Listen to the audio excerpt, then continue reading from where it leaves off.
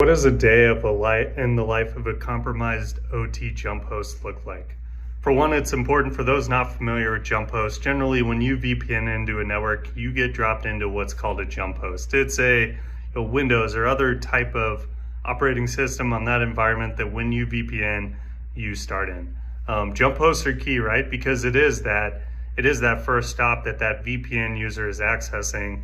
And generally that jump host then on the other side has access down into the industrial, into the operational network itself.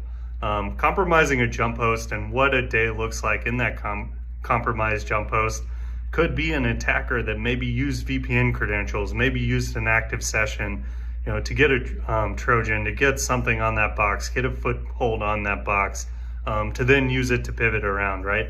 Jump hosts have generally that internet access, and then they have access down actually into the environment. So looking what it looks like, you may see credentials jumped, you may see different levels of access to control, to the actual control environment. These systems should be hardened, they should always be reviewed, and how you build that image, right, and how you refresh that image becomes really key, right? Because if that jump host does get infected, you want to be like, okay, how do I detect that as soon as possible and clean it up, right? Because generally when you're looking at firewall rules, you may, if you're using anomaly detection or another tool, it may say, hey, it's normal to see internet traffic to this jump host and see that go down. Having that monitoring and knowing like, okay, no, like these are the additional anomaly detections or other things I need to do is key. So again, day in the life of a compromised jump host.